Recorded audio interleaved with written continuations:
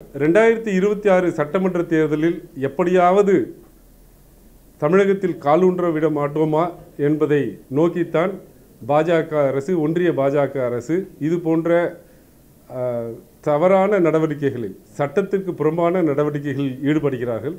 இதன் மூலம் திமுகவிற்கு களங்கம் கற்பித்து விடலாமா என்ற ஒரு நப்பாசை மட்டும்தான் தெரிகிறது எங்களுக்கு. எப்போதெல்லாம் தமிழகத்திற்காக குரல் கொடுக்கிறோமோ, தமிழக மக்களுக்காக குரல் கொடுக்கிறோமோ, சிறுபான்மையருக்காக குரல் கொடுக்கிறோமோ, அப்போதெல்லாம் ஊழல் குற்றச்சாட்டுகளை சுமத்த முயற்சிக்கிறார்கள். ஹிட்லருடைய நடவடிக்கைகள் போல்தான் இது இருக்கின்றன. இது ஒரு சர்வாதிகார போக்கு.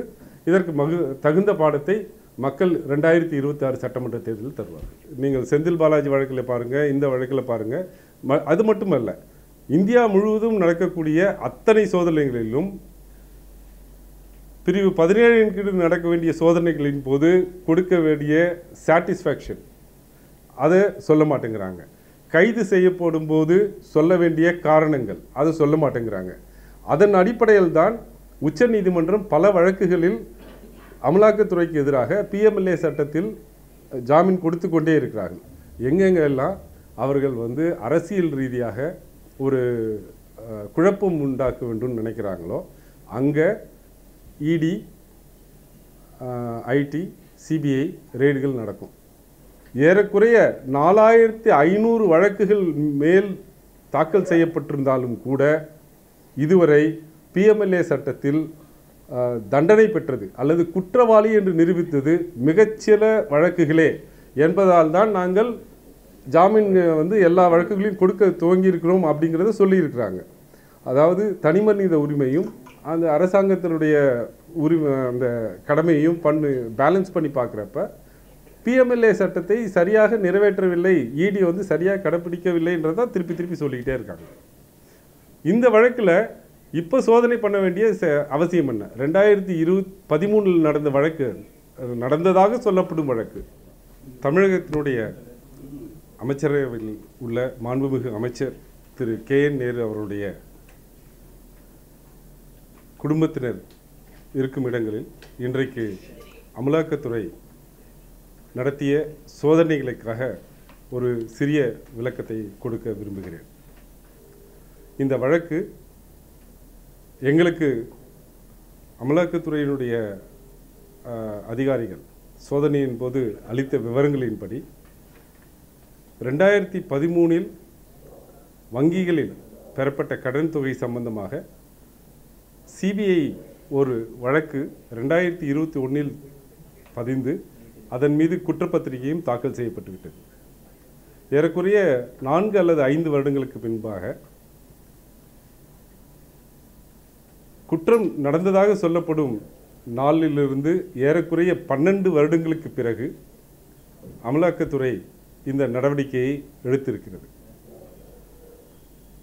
இது எடுத்திருக்கக்கூடிய நேரத்தை பார்த்தால் இந்த வழக்கு மட்டுமல்ல, தமிழகத்தினுடைய அரசு அலுவலகங்களில் அமைச்சரவையில் இடம்பெற்றுள்ள மாண்புமிகு அமைச்சர்கள் மீது தொடங்கப்படும் இந்த அமலாக்கத்துறையினுடைய நடவடிக்கைகள் எல்லாரும் எப்போது எடுக்கப்படுகிறது என்பதை தமிழக மக்கள் அறிவார்கள்.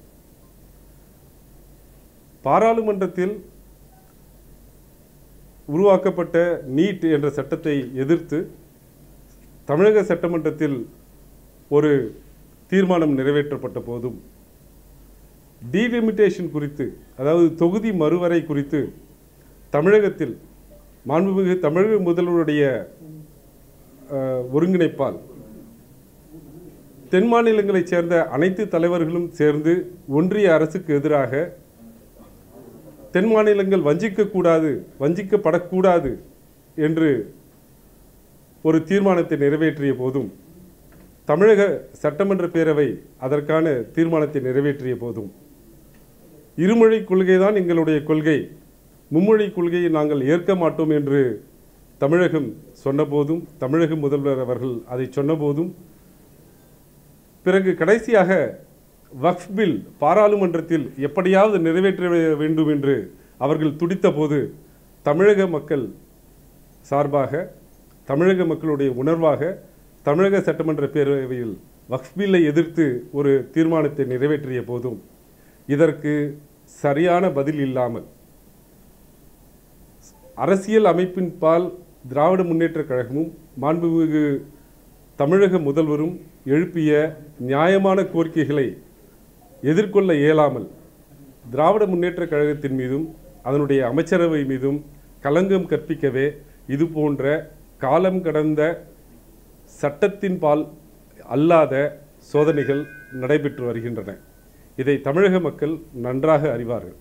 எங்களுக்கு தெரிந்த வரையில் ஊடகங்களில் அமைச்சர் அவருடைய பெயரையும் அவருடைய குடும்பத்தினர் பெயரையும் சொல்லி ஏதோ இது ஒரு ஊழல் குற்றம் போல சித்தரிக்க முயல்கிறார்கள். அமலாக்கத்துறை அதிகாரிகள் சோதனையின் போது தெரிவிக்க வேண்டிய முழு தகவல்களையும் கூட கொடுக்கவில்லை. ஆனால் கொடுத்த சில தகவல்களின் அடிப்படையில் அந்த வழக்கு 2013 நடைபெற்ற நிகழ்வுக்காக 2021 சிபிஐ தாக்கல் செய்யப்பட்ட ஒரு வங்கி பண பரிவர்த்தனை சம்பந்தமானது மட்டுமே அன்றி அது எந்த ஊழல் வழக்கையும் சார்ந்தது அல்ல. இந்த விளக்கத்தை நாங்கள் தர கடமைப்பட்டிருக்கிறோம். அதற்காக உங்களை சந்தித்திருக்கு. நன்றி, வணக்கம்.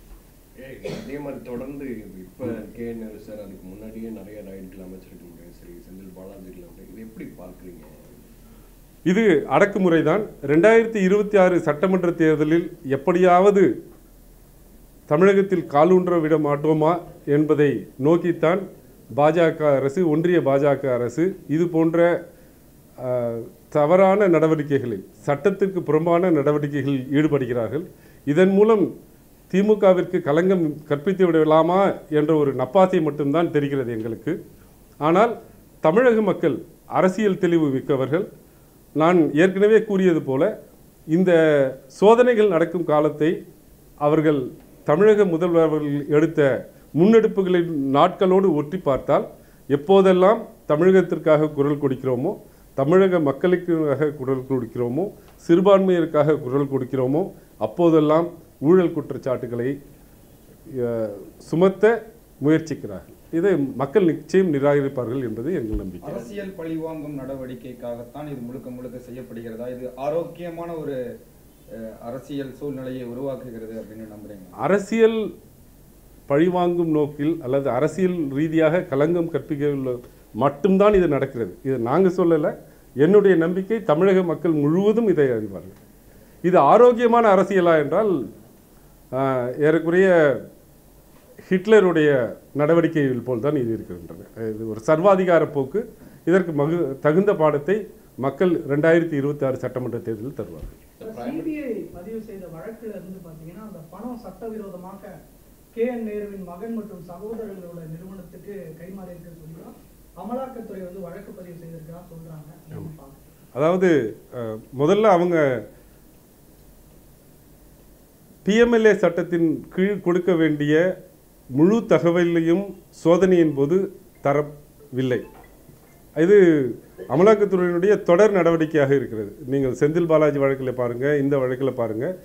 அது மட்டுமல்ல, இந்தியா முழுவதும் நடக்கக்கூடிய அத்தனை சோதனைகளிலும் பிரிவு 17 கீழ் நடக்க வேண்டிய சோதனைகளின் போது கொடுக்க வேண்டிய சாட்டிஸ்ஃபேக்ஷன் அதை சொல்ல மாட்டேங்கிறாங்க.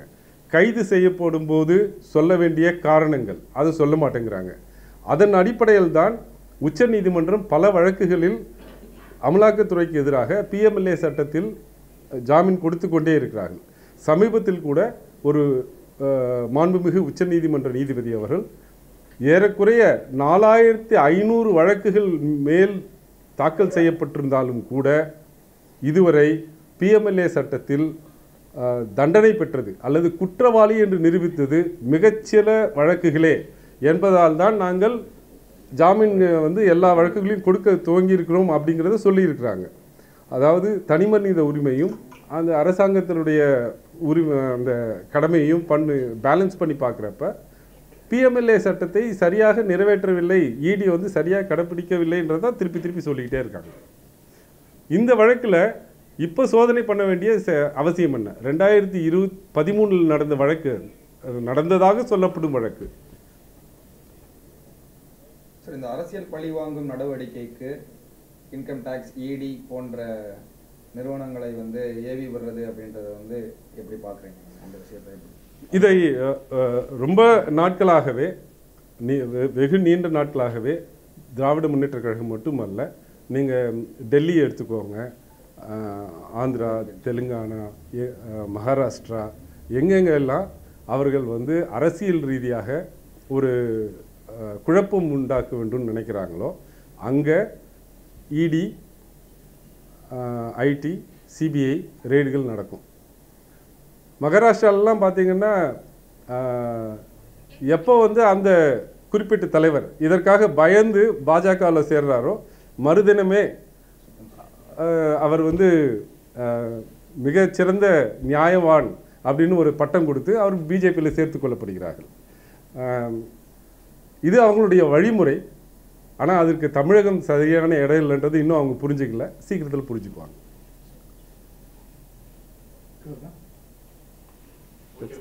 சட்ட ரீதியா நீங்க அடுத்து எப்படி எதிர்கொள்ள போறீங்க?